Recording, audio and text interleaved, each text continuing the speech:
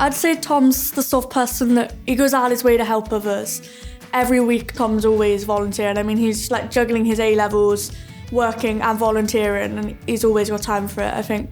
He's always wanting to make a difference. I've known Tom for years, and the amount of volunteering he does is outstanding. I've never met someone so dedicated to helping others.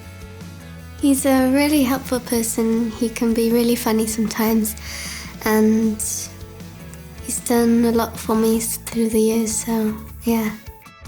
I think I do what I do because if you were to take me back a few years ago, I wouldn't really be even capable of doing this type of thing. And it's been the people that I'm working with as a volunteer that have really supported me to be the person that I am today.